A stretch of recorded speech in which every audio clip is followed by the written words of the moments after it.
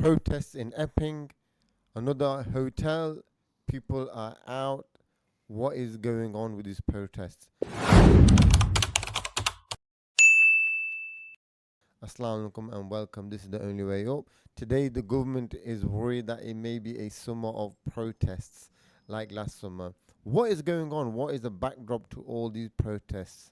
Yes, Akam Shani. So this is, in one way, you had many right-wing politicians. You had the Tory party. They've been really lambasting immigrants, well, they call it illegal immigrants, but people coming from abroad. They are overstretching our public services. They are stretching the country to breaking point, and every problem you can think of in the UK is a fault of these immigrants that are coming into the country, or economic migrants, as they like to call them. So the next stage, if this is what politicians have been saying for a while, then it's only natural that people would turn against anyone that looks like a foreigner.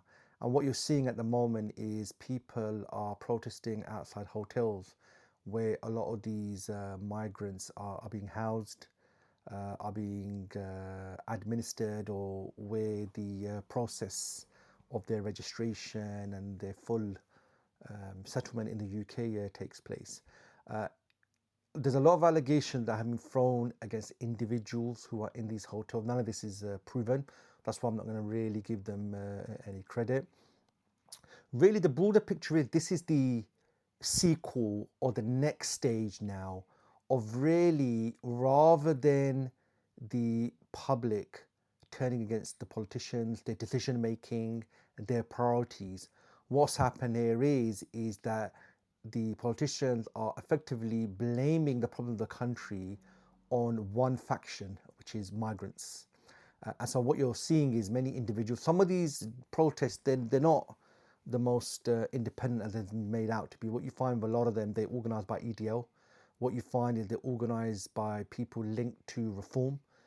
Some of them being led directly by them, and some of them have turned violent. So I'm actually not too far from Epping, and what you're really seeing is this is the next stage now of where somehow, if migrants stop coming into the country, if they weren't housed, then this country would be a nirvana. This country would be the largest economy in the world, and everybody would be happy. So what you're really seeing is, for a lot of people, they don't want migrants in their area. They have a problem with migrants generally, and they see migration is the cause of many of the problems they're facing. So in their own lives, it's probably the lack of jobs, lack of public services, wage freezes. All of this is really being blamed on migrants. And really, this is the next stage, or the extension now, of what a lot of these right-wing politicians have been promoting for a while. Yeah, and I just want to share a stat with you. 2019, and this is from a artificial intelligence source like ChatGPT. Since 2019, the wealth of the top 10% in the UK, how much is it grown by? Leave your comment below if you got an idea. Since 2019, in the top 10%, the wealth of the top 10% has increased from 5 trillion to 11.3 trillion. Let me just say that again, from 5 trillion to 11.3 trillion. That's an increase of 80%. Now, there's the average person, i.e., those not in the top 10%, which is 90%, which is most of the daily people that interact with. Have they even felt even a 5%, 10% increase in their wealth? No. And I think this, when you take a step back, yes, it is seen as migrants, number of people, they're taking everything, we're frustrated, we're not getting anything, people aren't getting anything, and they are getting the hotels, they're getting stays, they are getting money, they're getting support. And the whole issue is, actually, let's take a step back. Where is all this wealth going? I mean, when you look at the GDP figures, that's year on year growth, but there's still a lot of money being generated every year in the UK. Where is that wealth growing? And if it's not going into the average person's, which it isn't, it's not going to their pockets, it's going to the elite's pockets. And this is when people step back and realize it's not a migrants versus UK citizens, English person against a British person, someone who's been here paying for a long time to someone who's just newly come. Actually, it's not that issue. It's rather the bottom of the pyramid, which is 90%, and the top of the pyramid, which is the 10%, and how much wealth they end up accumulating, and nothing's been done about it. Yeah, so unfortunately, if you look at recent history, you've had 14 years of austerity. Prior to austerity, you had the global economic crisis. So really, nearly 2 decades, the economic situation of your average person in the UK has been a struggle. The wages have been impacted, job opportunities have been impacted, small businesses, sole traders, they're struggling. And what you find is the fingers keep being pointed to someone else, the EU, migrants, and things like that. So a lot of people have taken on this attitude, and what they're doing is they're attributing issues in their area to issues like there's too many people coming. And this serves the politicians. It serves them because fingers are pointed at them. The fact that in real terms investment in the NHS has been declining, the fact that due to austerity you had 30 to 40 billion in cuts to education and general investment in public services.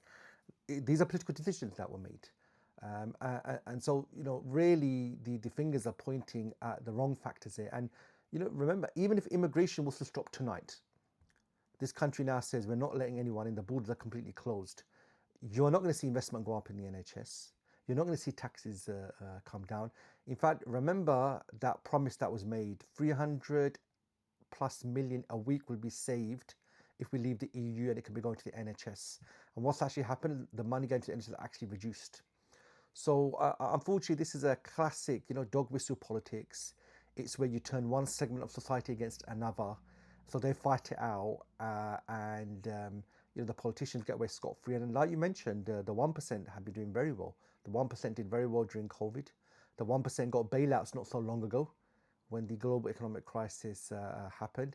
And this is why many are turning to unorthodox politicians and unorthodox political parties, because they feel the mainstream parties just don't represent them anymore. So what you're seeing here is the mainstream politicians are tapping into prejudice that already exists, and they are making them far worse. And these are the scenarios where, yeah, you will get violence. You're going to get a standoff in your society, in your communities, because what the politicians do is uh, they're placing blame on a people who really are actually victims, really. And unfortunately, this is what politics has come down to in the West now. Is rather than solving people's issues, rather than improving people's lives, it's all about how can you deflect. Who can have the best social media campaign? Who can say the most controversial thing on TV that people can align with? That is where politics is now. It's not really about fixing the buses, fixing the roads, fixing the potholes, fixing the NHS. That's just not what politics is about anymore. And I think this is the very sad state of affairs where people have been pushed by desperation, by lowering of living standards, by the services being depleted, and they've been wound up, strung up, made to suffer for more than a decade, and they've been misdirected, and who the problems is, and that is, like you said, what the situation of politics in the West and around the world has become. And with this migrant thing, it's not like a quick fix. UK has been built on migrants and for over the last 50, 60 years. So it is something that it's not got a quick fix, and it will be used as a distraction for many years to come. And that is the sad thing about it. Rather than actually, let's go back to the drawing board.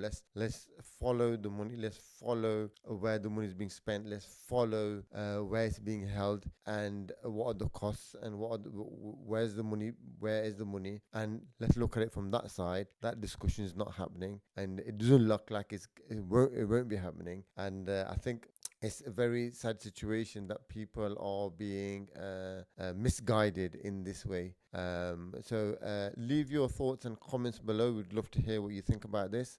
Thanks very much for listening. Assalamu alaikum wa rahmatullahi wa barakatuh.